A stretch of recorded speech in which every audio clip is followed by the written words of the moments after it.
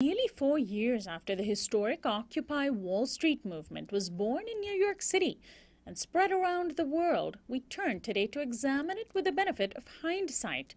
A new book by Michael Gould-Wartofsky paints an intimate portrait of the nearly 2-month-long occupation of Zuccotti Park in New York, renamed Liberty Square.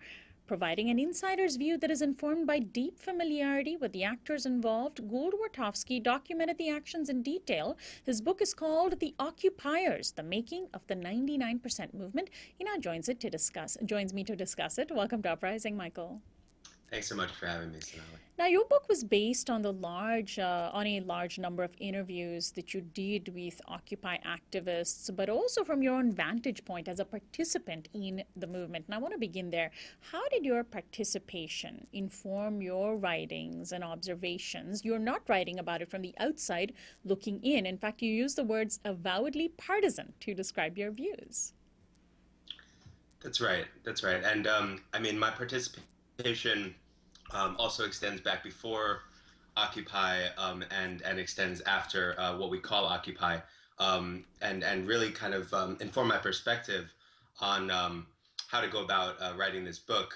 I think a lot of the coverage of the movement, both in media and in academia, was at first kind of dismissive and then very interested and then lost interest very quickly.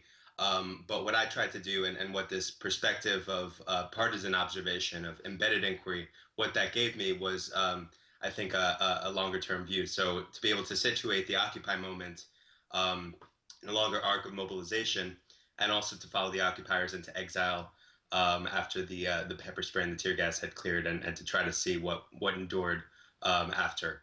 So I think that the perspective of being someone who was on the ground on September 17th and kind of stayed, at the ground level of the movement, didn't try to kind of just kind of look at it from the outside looking in, or from the end point looking backward. Really, framed it for me in a way that that allowed me to tell a different kind of social history than I think in much of my field and in much of social science.